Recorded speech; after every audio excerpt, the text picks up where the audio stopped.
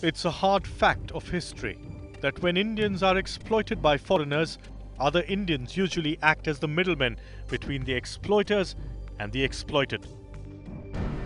History is now repeating itself with dire, almost inhuman cruelty. This is Dhanalakshmi, and this is the company that she says ruined her life. Axis is what is technically called a CRO, a clinical research organization. That's a polite term for the people who procure poor Indians to act as human guinea pigs in clinical trials. అందుకని బాబుకి operation చేపిద్దామని axis ల్యాబ్కి వెళ్ళాము.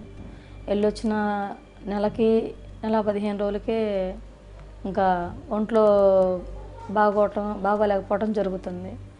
రోజుకో ఒక రోగం చొప్పున కళ్ళు తిరగటమనో, తల తిరగటమనో, గుండెల్లో నొప్పున, కాళ్ళు లాకరాటమనో. Others in this tiny hamlet called Adarsh Nagar near Guntur in Andhra Pradesh had the same sad story to tell. It was only when this man heard about the people suffering in his village that the government acted. उन सब्जन जान अच्छे नहीं उसे सब्जन को बुला जाको Guntur collector office के बाजू को टेंट रखो धरना करो 1 महीने करो करने के बाद कलेक्टर आको उन सब्जन को वो जरा वो मदद करने के MRO को सब्जन दिया. Hassan's action revealed the full magnitude of the tragedy. 35 women in and around Guntur had been fooled into becoming lab rats.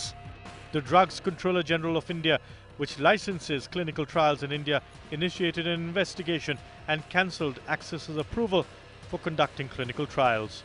But there are thousands of Axis across India luring the poor and innocent every day into joining clinical trials.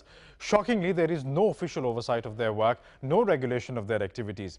Now, when NewsX asked the Drugs Controller of India for a list of licensed CROs in the country, they said they have no such list, which means the government doesn't even know which companies are procuring people for clinical trials, much less regulating them. CROs are quite simply a law unto themselves. The consequence of the government's virtual abdication of responsibility is best seen in Bhopal, where one tragedy is being built on the back of another. After Bhopal's catastrophic gas disaster, around 20,000 people had died and up to 800,000 were afflicted, many with terrible and incurable disease. This is the hospital, the Bhopal Memorial Hospital and Research Centre.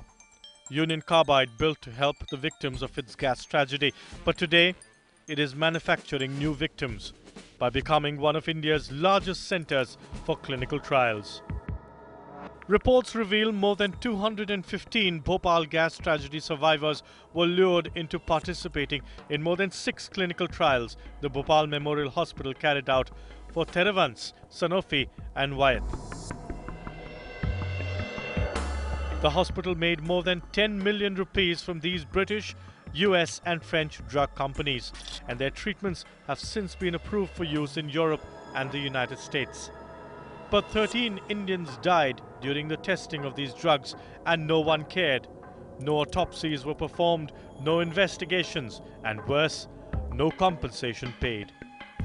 If someone really wants to do an independent and impartial investigation, it is still possible through verbal autopsy, by recording what kind of problems the person had and then sending it to a panel of independent physicians to actually look into it and reconstruct the way the person would have suffered and died. Of the 13 people who died here at the Bhopal Memorial Hospital, 12 were gas tragedy patients. However, no autopsies were conducted on any of them, making it virtually impossible to determine if their deaths had anything to do with them being on drug trials. The cause of death listed was due to heart disease. A majority of these patients were undergoing treatment for heart disease and were administered a drug called tricagrelor, a medicine for heart patients. You have to have an ethical review committee. So I'll choose you, this, and they're all my people. Anything goes wrong, nothing is disclosed. Something is slightly doubtful, all right.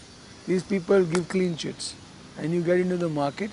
There's nothing to protect the person who was actually subjected to human trials. Those protocols exist, but they're not enforceable at law. The government's response has been shamefully meek. Quintiles, one of the world's largest CROs based in North Carolina, USA, was merely sent a polite warning letter from the DCGI after it was found to conduct clinical trials on Bhopal gas victims. Not just Quintiles, another US-based pharma company, AstraZeneca, used Bhopal gas victims to carry out trials for ticagrelor, a medicine for heart attacks and strokes. Because there's no law, you cannot arrest anyone for soliciting a patient. You can only, delicense a trial if it is authorized and if it is being done with the permission of the Drug Controller Authority. All you can do is to say that the trial should be stopped. There's not even any punitive penalty on any unethical work in the process of the trial. Let's listen again to Ms. Rao. Because there's no law, because there's no law, because there's no law. Indian laws allow for commercial ethics committees to be hired by the very CROs they're expected to monitor. The CROs, for their part, appear to be acting as pimps for the pharma companies. It is this deficiency of standards that has blotted the Indian drug industry and severely set back the CRO industry.